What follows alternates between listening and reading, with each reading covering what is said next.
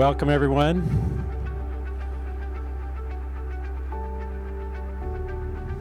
I had the pleasure of Sean Goodwin joining us today. He's from Arctic and Wolf. They have two locations in Massachusetts, Boston and Springfield. He's coming from Springfield, so he arrived here in plenty of time, which was awesome. But Sean's been with Arctic and Wolf. It's a cybersecurity company, and they do much more. I think he's going to speak to that. He's been there 11 years. He now has a team of, there's 450 employees, I think you said, and 65 to 70 are devoted to this particular thing, cybersecurity.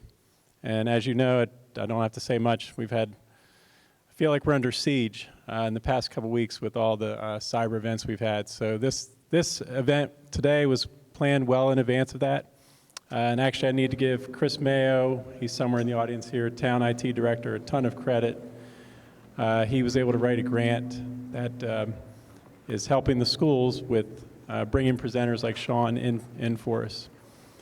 And then additionally, we're also going to be creating a incident response plan to deal with, Power School was a big deal, but that was not Holliston, and so we're preparing for the Holliston version of that breach.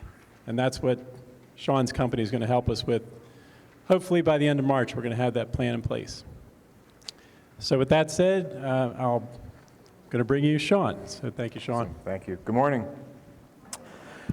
As Dan was saying, it may be good timing because it's fresh for everyone, but you also may be sick of hearing about cybersecurity after the last week or so. I'm going to say up front, I know it's a training day, you're probably getting a lot thrown at you. I can promise we're not asking you all to be security experts by the end of this.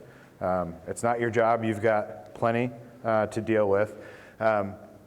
What we are going to ask you to do is just be aware of some of the things that are out there from a threat perspective, give you a bit of background as to what's going on, how some of these attacks are functioning, things you can look out for, and then if nothing else, I like to say this up front, I hope you stay engaged, but if you fall asleep, the number one thing to remember is anytime you're in doubt, there's been a new email address created, cyberthreat@Holliston.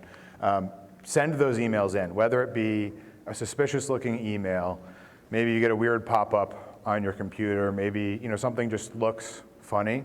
If nothing else, forward that email in, send an email, and that's going to allow the IT team to do their job. They're going to be able to start to investigate and respond if needed. All right, so with that, now you can tune out if you need to, hopefully not. If you do have questions while we're going through this, plan for about an hour of this. Feel free to raise your hand. We do have runner mics. Happy to address questions as they come up, especially if they're relevant to some of the things we're talking about.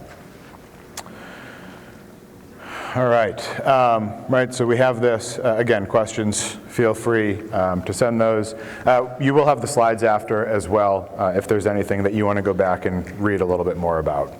A lot of things we're going to go through here specific to you. The first thing, really setting the stage as far as why this matters. Maybe we don't need to go over this too much. Again, Power School issue, I know there's been phishing emails recently.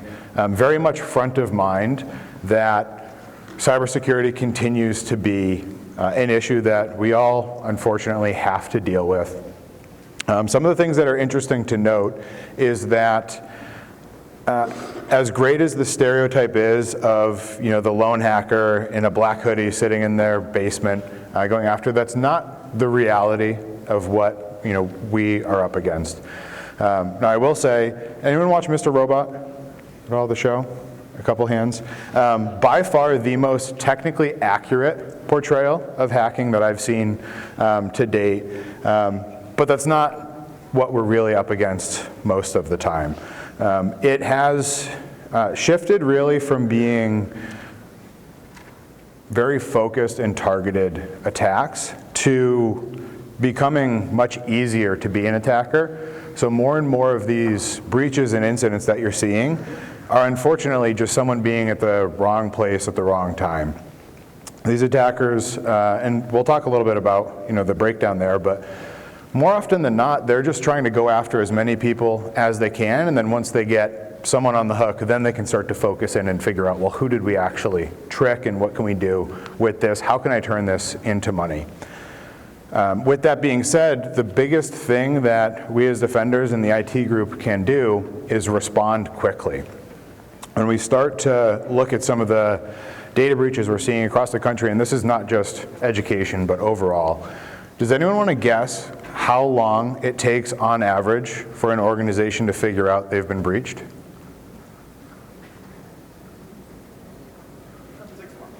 6 months? 2 days? Anyone else? On average last year it was 182 days. And at that point, usually the detection is either, okay, we're now seeing a ransom note and no one can access any of their files, right? You're getting that typical, we're holding your information for ransom, pay us in Bitcoin, get it back. Or it's the unfortunate situation of law enforcement calling saying, hey, you have an issue, we see your data out here. And you start to look at the breakdowns once they start to go through those investigations, right? So about 182 days to figure out we've been breached.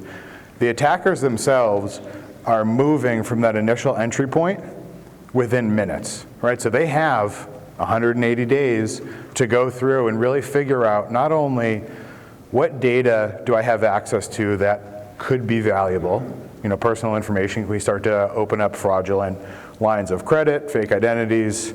Can we start to do some sort of ransom campaign? Can we take some of this information and try and use this to then go after other organizations?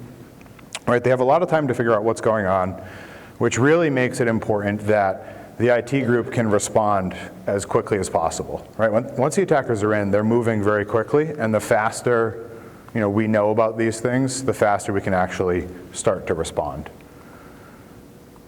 In the news, right, we can probably skip over this. Larger headlines being PowerSchool, certainly in the last week, which I think is an interesting one to talk about because through no fault of your own or any of the other districts really that are impacted by this, it's now become a significant issue to deal with. And this is something that this type of attack, we would call that a supply chain type attack, where it's a third-party organization that is actually having to deal with an incident, and you're dealing with the fallout, right? It's your student, your employee information being potentially compromised through this issue because of the vendor's own issue. We saw this a few years ago, really big. If anyone remembers seeing some of the headlines about SolarWinds is an IT tool. They had a similar issue where the attackers, wanted to go after SolarWinds, with the reason being that type of software is used by IT departments, and by its nature, it has really high levels of access just to be able to do its job. The attackers went after them, and they were able to get their malware included in a regular update. So when all these companies that were using SolarWinds, they'd get their monthly update, they would apply it thinking it's legitimate, and now all of a sudden that was giving attackers access to all these different systems. That's an interesting one to look at because that group that was conducting that attack, their MO historically was essentially to name and shame companies to try and get them to pay ransoms. And so they'd compromise an organization. They'd set up a website with their logo, and it was just a countdown timer of saying, here's how long, similar to what we have up here, where it's, hey, they need to pay the ransom by this date or we're publishing all the information, right? They really try and make it painful to not pay. Through that SolarWinds attack, they had so many companies compromised that they didn't even know whose data they had at first. And so instead of being able to put up all those different logos to try and pressure people, they had to put up a pretty generic response of, we haven't even been able to figure out who we have, but here's your timer to come to us and let us know, we have your data, because if we figure it out first, then we're just going to end up publishing it. But I put these up here mainly to highlight it's not just an enterprise issue. These school districts are unfortunately being targeted. A lot of these attackers are financially motivated, and you start to look at the types of information you have, not only of faculty and staff, but of the students. There's a lot of sensitive information included in those records that the attackers could then try and turn into financial gain for themselves. And we can see here, 90-something% of these attacks last year were financially motivated, right? The attackers are trying to make money off of what they're doing here. Unfortunately, the crime does tend to pay well overall, not individually, but there's a lot of money in this space, which is why we continue to see the attacks. This information is coming from the Verizon data breach report. So Verizon, the telecom provider, they do a lot of incident response work globally. And so each year they put out a really informative report to try and give some trend information as far as what's happening. And you can see the text might be a little small in the back. Financial motivator being number one by far. What's also interesting to highlight is organized crime is by far the biggest actor out there, and this is exactly what it sounds like. You know, the traditional street gangs have moved from, as you know, they're doing less of that in-person crime, and they've shifted more of it to electronic crime, with the reason being the threats to them are significantly lower, right? They can send out all these phishing emails, try and trick people into sharing their bank account information or buying gift cards because you're getting a text from someone that, you know, you need Apple support or anything like that. There's a lot less individual risk for them where they can try and gather some of this money. What's important for you all to note is end users last year did account for about a quarter of the data breaches. And that's not necessarily doing anything intentionally. The biggest one was accidental email delivery, right? So mistyping someone's email address and sending out sensitive information to the wrong person. Depending on what's included in that email, that could constitute a data breach, right? And so that's really a big thing to keep in mind, is making sure when you are sending any of that sensitive information, you're sending it to the right people, and you're using the tools you have available through the G Suite to make sure, hey, if you can have that in a shared location, that may be more secure than attaching it to an email, because then at least IT still has control over that folder. Something to keep in mind there. All right, business email compromise is similar to those phishing emails, but here this is a lot of times someone's been compromised. This is going to be particularly relevant to any of the folks handling any sort of financial transactions or sharing sensitive information with outside parties.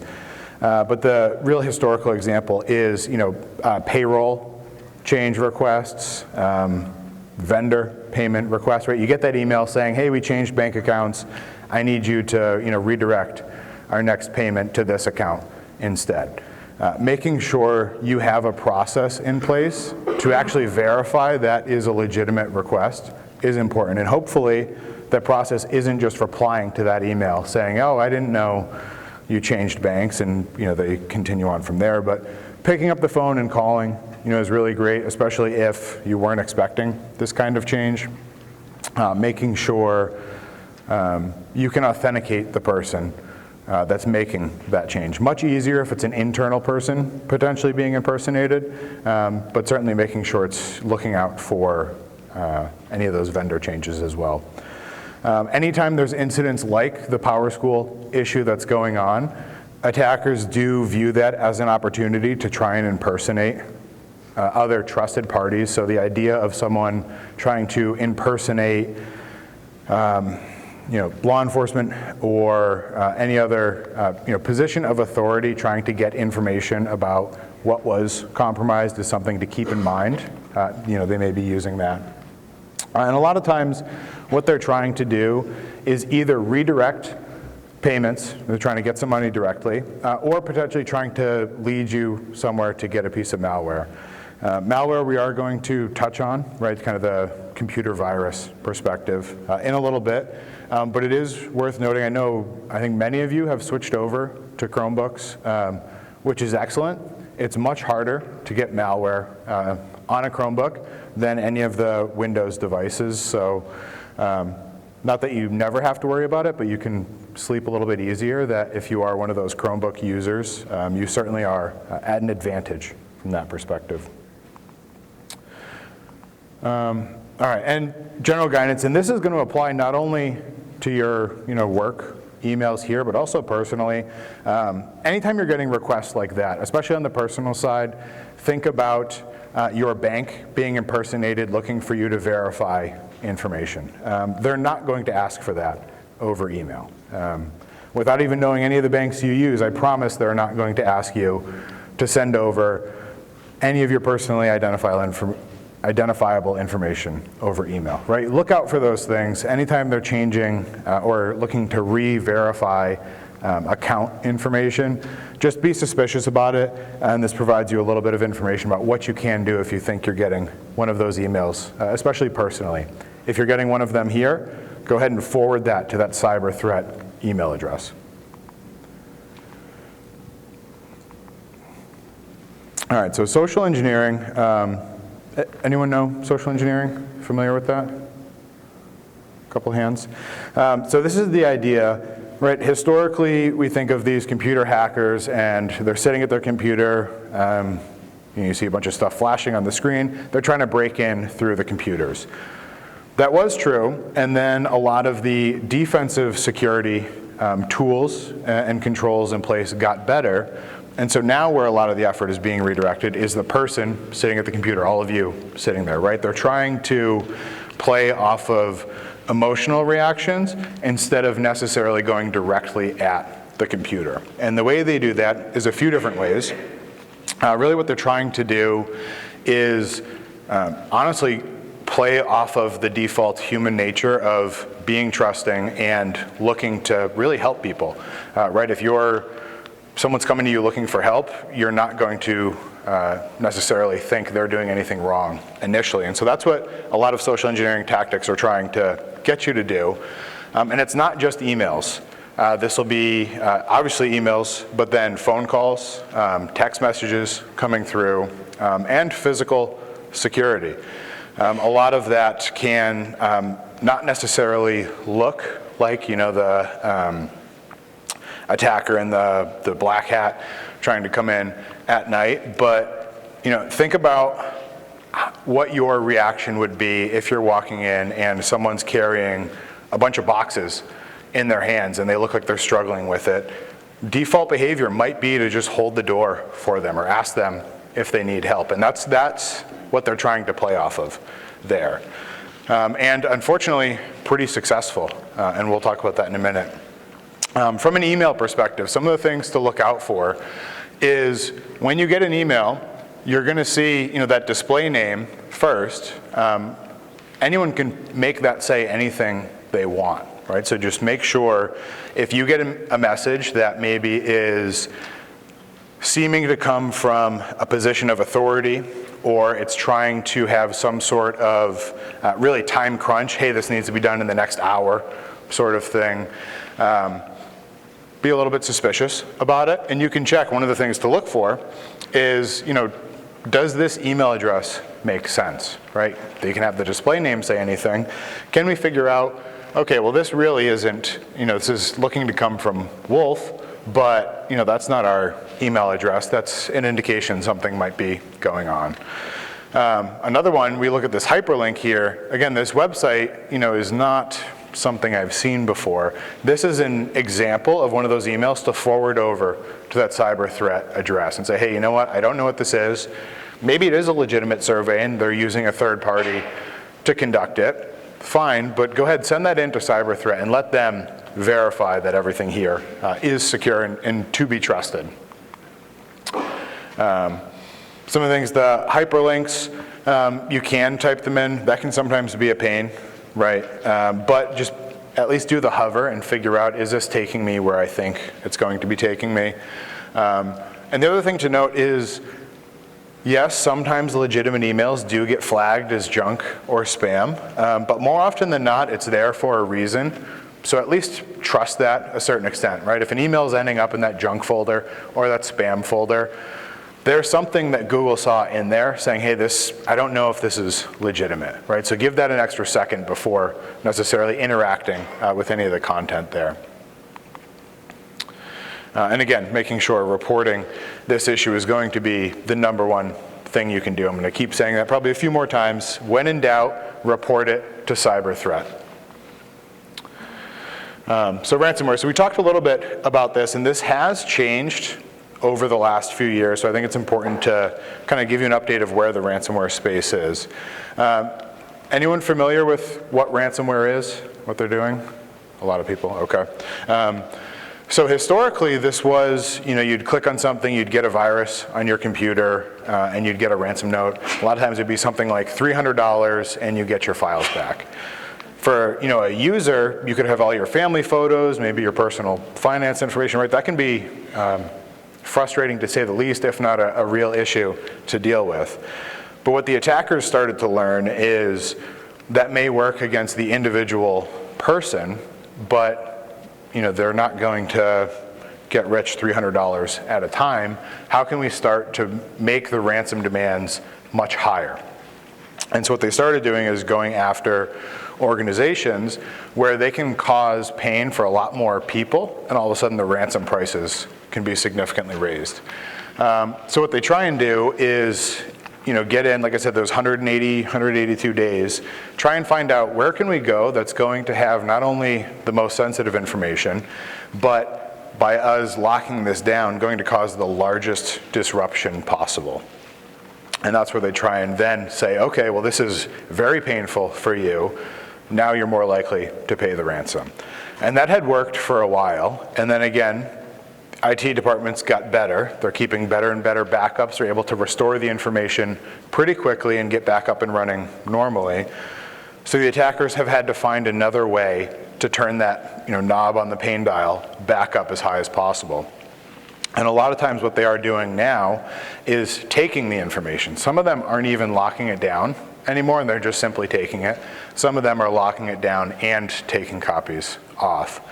And then what they're doing is saying, okay, pay us this ransom and we'll help you decrypt your files. And people may say, well, we have backups, we're not going to pay. I say, okay, now if you don't pay, we're going to start publishing this information, right, which can then become a very real issue. What we have seen in the healthcare and specifically patient-provider space is some of these have then started, the attackers have started contacting patients and saying, hey, this doctor's office or this clinic you went to see failed to protect your information, and now they're not willing to pay to keep it safe, we're going to publish it. And so imagine trying to be that organization responding to this issue, and now all of a sudden you have patients calling in and the media and everything else that comes with that. It's probably about as painful of a, as high as that knob can go. And the way they try and get you to do this is often through getting you to, click on something to get that malware in, right? And it could be coming through a Word document or a PowerPoint. It's going to have a weird display, and it's going to say, hey, we can't show this for you. You need to click Run on this button, right? And they're trying to get you to help run that software for them in the background. This one, so you'll have the slides after. I'm not going to play this now, but if anyone is interested, this is a voicemail from one of those, I'll just skip it so it doesn't go. That is a voicemail of one of those double barrel attacks where this organization was going through a ransomware attack, and their non-IT people started getting these voicemails from the attacker saying, hey, listen, this isn't for you, but we need you to contact your IT department. We're holding all of this information ransom, and we need you to make sure they know how important it is that they pay this ransom so that you can get your files back. And so it's kind of an interesting case study of what these attackers really are doing. So I mentioned, they're trying to get you to click on things through documents or PowerPoints or anything else. The other thing to keep an eye out for is the ad networks, right? Probably people are sick of seeing ads all over every website. Unfortunately, a lot of malware still is delivered through that mechanism. And it's not necessarily the websites that you're going to. Most of them don't run their own ads. They outsource that to a third party that's then just presenting ads based on your profile and everything else. But the biggest thing here is certainly be careful about the websites you're going to, but be even more careful of any of the ads that you're seeing, whether they be, you know, kind of the sidebar. Some of them are right in the middle of an article. Just because it's on a website you trust doesn't mean you should trust that advertisement. So even if it is, you know, what they dream of the perfect ad shown to the perfect person at the right time, and that's something, oh, I really do need that product or service or anything else, be skeptical of clicking on that ad. Even if it is something, hey, that is a product or service I want, you know, you can go to that separately. You can look that up separately. The ad networks themselves, you know, just be skeptical of what you're clicking on there. The errors I did talk about, you know, misdelivery being by far and away, you know, the biggest thing to worry about. Loss is certainly, you know, the second item here. That's physically losing it. Where that really comes into play is people will have maybe their computer and a binder with some sensitive information in it in their car. It's in the passenger seat, and then you realize, oh, I need to stop at the grocery store on my way home, and it gets stolen out of the car, right? That, depending on what sort of information is involved, could be considered a data breach. So important to keep that physical aspect in mind. Best thing to do there is, again, report the issue. Even if you're not sure, hey, is this data sensitive or not that was taken, send that into the cyber threat email with as much information as you can provide to then, you know, allow the investigation to take place and make sure, hey, have we had an issue or not? Mobile devices. So here we're talking, you know, definitely about phones, but worth keeping in mind both personal and you know, professional use devices here. Make sure you have a PIN or passphrase set up, and this is going to apply for both Android and iPhone. The best thing this does, and yes, use Face ID or your fingerprint or anything like that, those are perfectly secure.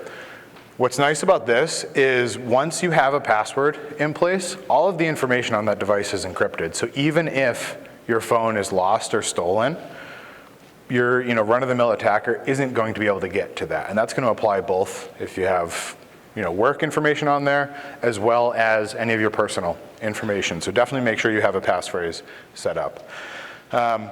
Avoid jailbreaking, and the idea there being loading some of those you know, third-party applications or anything else. A lot of times there are cool features, but the way that those features get installed is by bypassing some of those built-in security protections. And so the default recommendation is, you know what, just avoid it. The features usually are not worth the risk to your own information here. And really make sure you understand, you know, how you can remotely wipe your phone. So for iPhones, under the Find My iPhone, you can go ahead and remotely wipe the device. If it is lost or stolen, again, you can protect your information that way. Physical, so I touched on, again, loss of a device being a big one there. This here, you know, I talked about someone carrying boxes in and doors being held. When we do physical security assessments, you'd probably be surprised how many people hold the door for us when we're holding donuts or pizza and let us in to different places. And so that's, you know, just kind of a little reminder. We'll leave business cards in donuts and pizza boxes that are being left behind. But you should feel comfortable being able to stop someone and say, hey, you know, I don't recognize you, or do you need help? Do you need help finding someone? Making sure you're being cognizant of who's being let in and where they're trying to go. Reporting again. So cyber threat, again, the number one thing you can do, and I say this knowing full well, it's going to get a lot of emails into that inbox, but that is what we want, right? Any questions, send them in. It's much better for that to be sent in, let the team look at it and get back to you, say, hey, you know what, thanks for reporting it, but it looks good, you can continue. You know, much better than that. But if you do happen to realize afterwards, maybe I fell for a phishing email, or hey, I clicked on something, my computer's acting a little weird. Make sure you are reporting that for a few reasons. One of them, if you did happen to get tricked into one of these things, we want to be able to fix that as quickly as possible.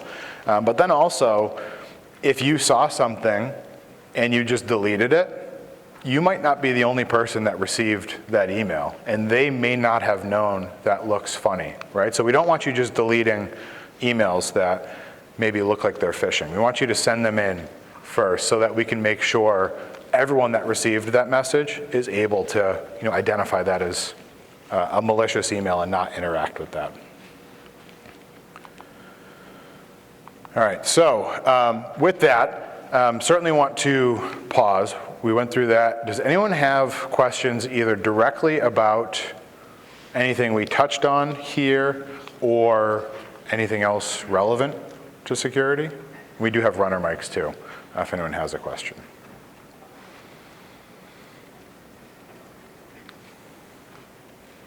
No? Everyone's had enough cyber? Oh yeah, we do have one. This is kind of, I think, relevant. I get tons of spam calls every day. Yep. Is there anything I can do about that other than blocking the number that calls? Yeah, so getting a lot of spam calls, what can you do other than blocking the calls? So assuming you were talking about personal phone? Yeah. So a lot of the phone providers do have like a filtering option, usually through your account. So if it's Verizon or AT&T or whatever, I don't know if it's enabled by default or not, but a lot of them do have the ability to go in and say, hey, depending, usually it's like a sliding scale of how likely do they think this is a junk call. You can start to filter those out even before they're getting to your phone and having, right, because then you're just playing whack-a-mole trying to block every number. Also relevant to that is a lot of spam text messages have been coming through, and they're not always, like the UPS package delivery, right? You probably see those. But if any of you ever just get those random text messages where it's just saying hi or hey, how are you, right? Just kind of those random, I don't know who this number is. Don't interact with those. What the attacker is trying to do, it's called warming up the number. So before you can do like these really widespread text campaigns where they're trying to go after thousands and thousands of people, they're trying to build up the reputation with their provider that this is a legitimate phone number. And the way you do that is by having legitimate interaction. So they're sending out a couple of these texts hoping you respond like, oh, I don't know who this is. That's giving them credit in the eyes of Verizon or AT&T so that when they want to send 10,000 text messages, they look more trustworthy. So when you're getting those things, the one-offs, unfortunately, best thing to do is block them and not interact. But from the call perspective, in your provider account, you should have the ability to filter some of that out. Thank you. Yes? If we're getting a lot of these spam emails to our policy email account, is it more likely that our email was leaked or they just went on the policy public school's website and found emails? Yeah, so the question being, if we're getting a lot of these spam or junk emails to your school account, does it seem like your email was leaked or is it just publicly available? So the unfortunate aspect is it probably is just publicly available. One of the things, so you have the Google services. When you go in and mark things as junk or spam, in the background there's a lot of that scoring going on, which does get better with time. So making sure you're going in, marking them as junk does help. But just on the nature, of the work you're in, your emails are publicly accessible, and then kind of once someone finds it once, it becomes very easy just to see the emails out there. Yes? Could you elaborate on some of the websites you said were possibly dangerous, like be cautious to look at? Yeah, so when we're talking about like the ads on websites, let me bring this up, right? Trying to get back. This, I believe? Yeah, the last one. Yeah, so potentially dangerous, meaning the first kind of layer is just trying to stick to work-related web browsing activity, but then starting to be suspicious about the emails, the easiest one is instead of .com, you'll see a lot of, it'll be all sorts of crazy stuff at the end. That's an easy way. It's certainly not foolproof, but just being careful of the websites you are going to make sure, hey, is this something that can be considered more trustworthy or not? The biggest concern is going to be not just reading, an article or watching a video or something like that. The biggest concern is going to be, are you downloading anything from this website? So maybe they've got a really great article and hey, there's workbooks attached that go with this, you can download this here. Be really careful about any of those files you're downloading from some of those unknown websites.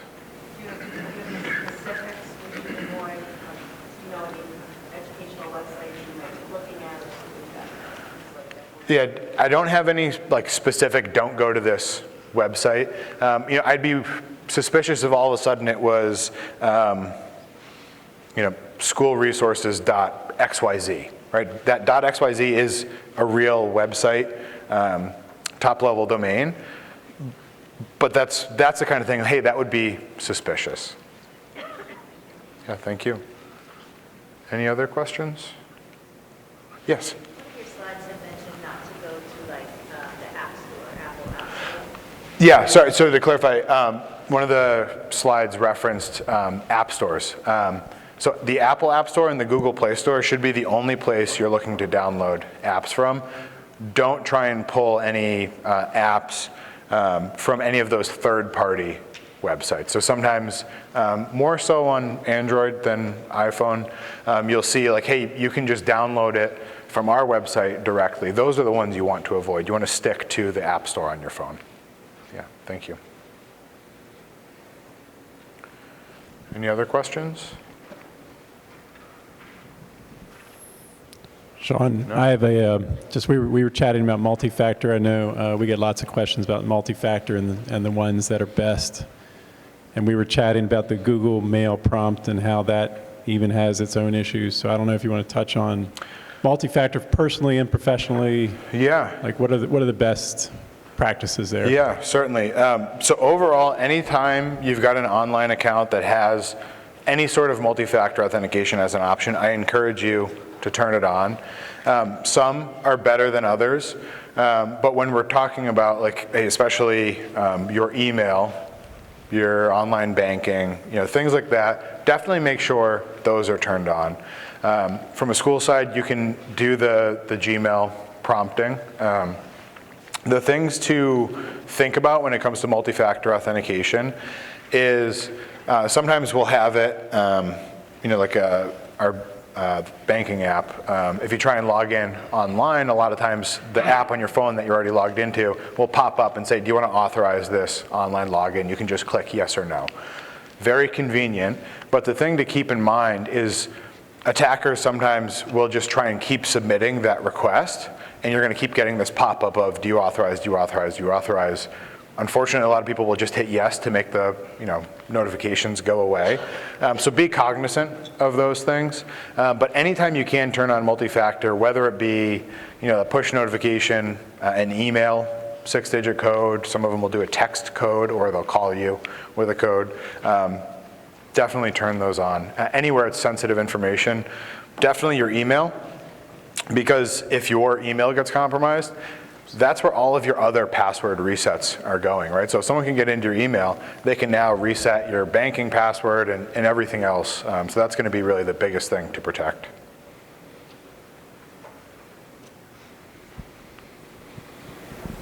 So you said that there are, the app, how it might keep sending the same thing.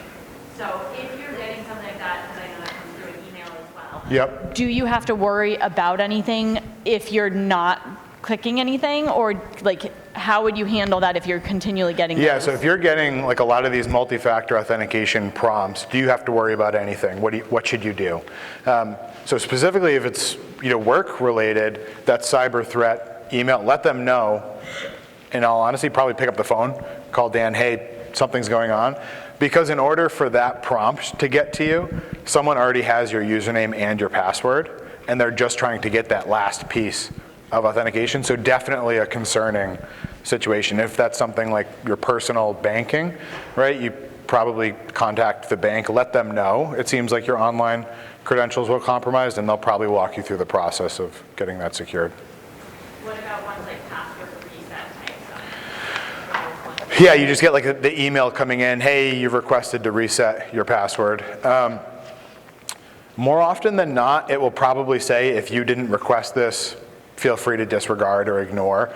A lot of times they might just have your email address and they're going to whatever, Facebook, and Sean Goodwin at Gmail, I'm going to reset my password. Right? They don't actually have your information. They're just trying to trigger something.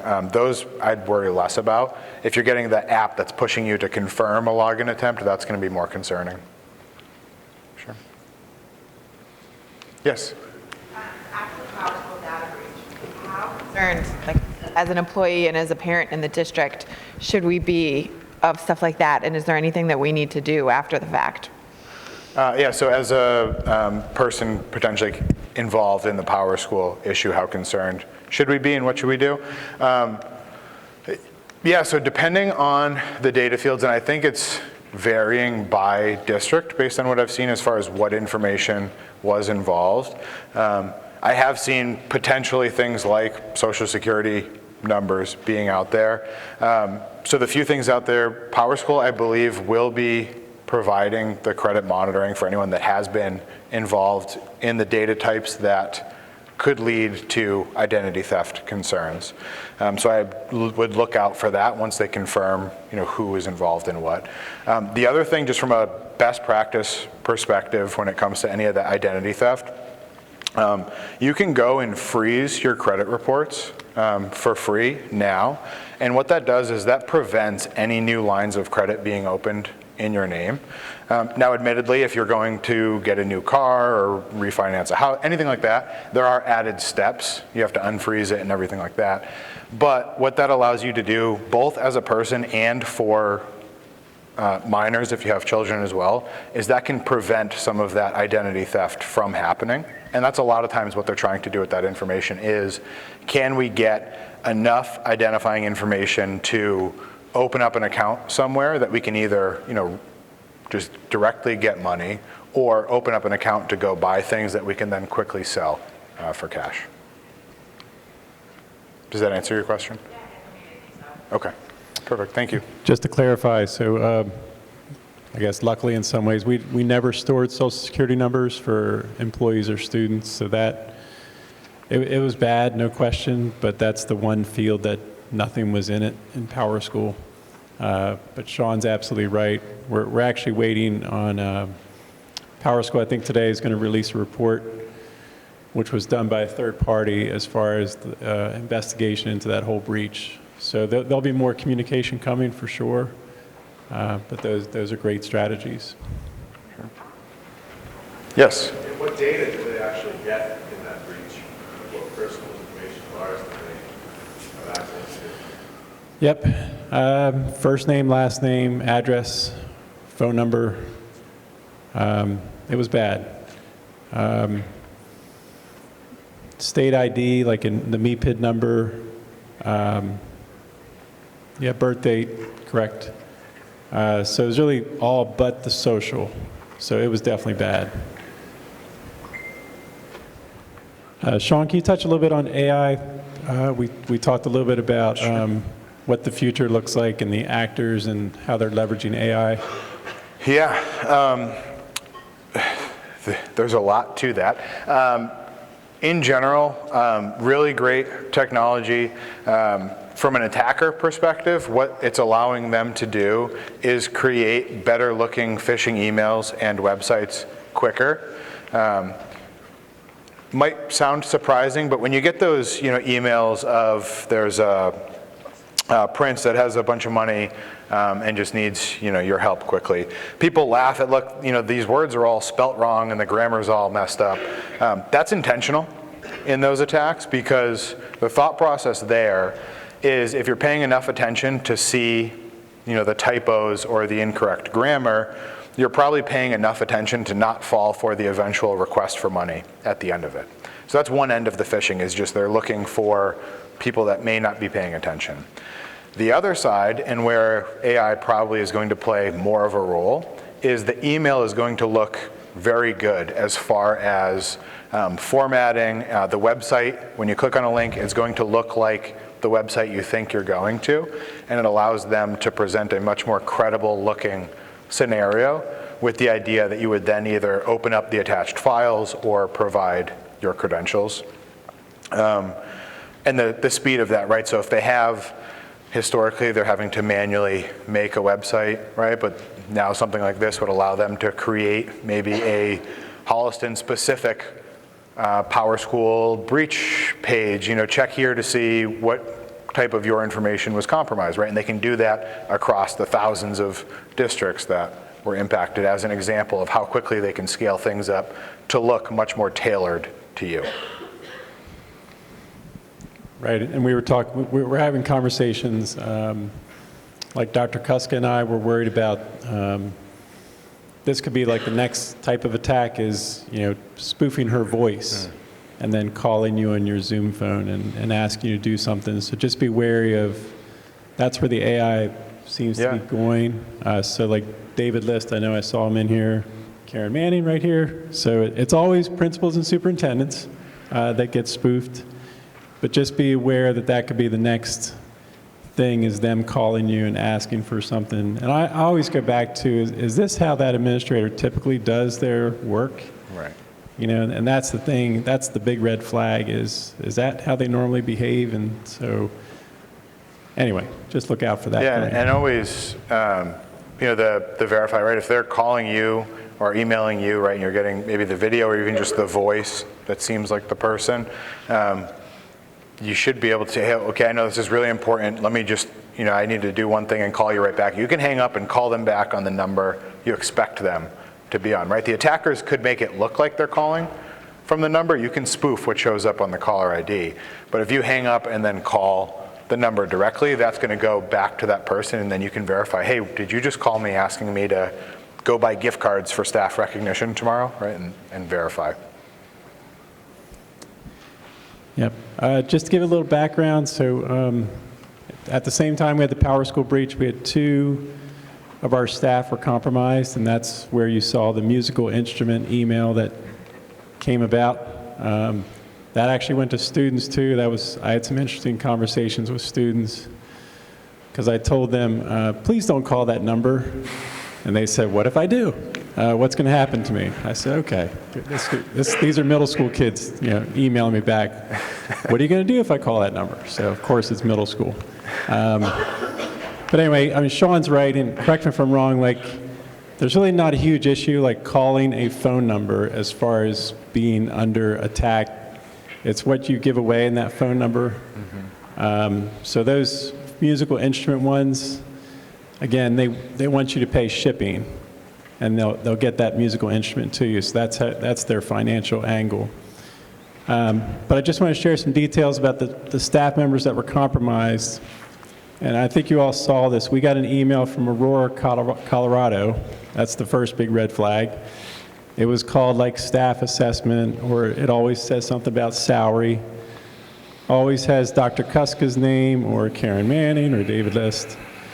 Those are all red flags, but what happened to our employees is they clicked that link, which I don't remember what it took them. It took them directly to a Google form, and I want to thank Spencer. He's standing up back there. He did all the investigation here. Took them to a Google form. They put in their email, their password, and they had multi-factor turned on, and the hacker had a field for that too. So it was 3 fields, and then the hacker had access to the account. So you can kind of extend this out. The danger there is once they have your email, they have all your share drives and all that student data that unfortunately went out in the PowerSchool breach too, but it's next level with your share drives and IEP information and all that stuff. The PowerSchool breach did not include special programs. It was very bad, don't trust me, but it did not include like specific IEP information. It did not hit our health software, which is called SNAP. But that's why we're so vigilant about the multi-factor and just, not clicking that link. Like, honestly, you could click the link and be fine. It's just taking it and running with that link. So I just wanted to provide some background because that's we've had a few members compromised recently. Yeah.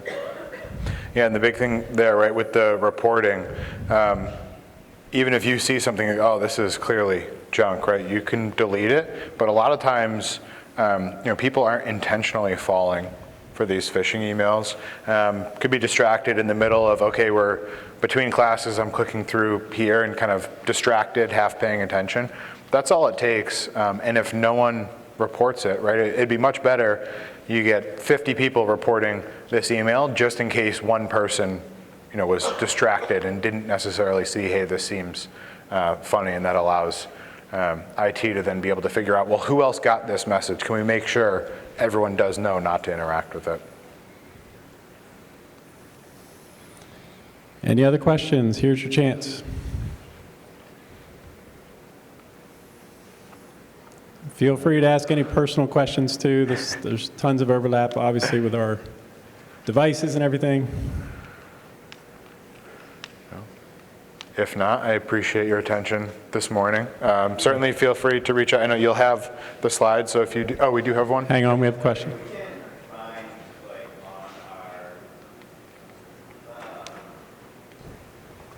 Sorry, on our phone providers, like website or whatnot, how to stop or limit the spam texts and email and phone calls. Mm-hmm. Are there other apps that we can download? Are those safe too?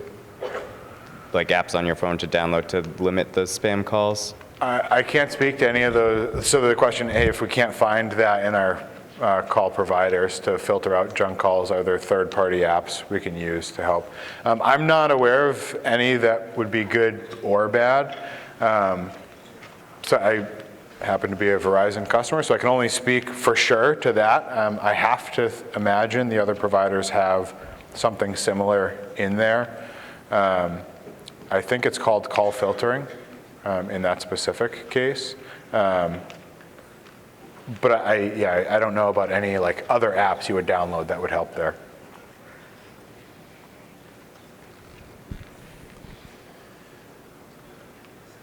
All right, let's extend a Holliston thank you to Sean for his time.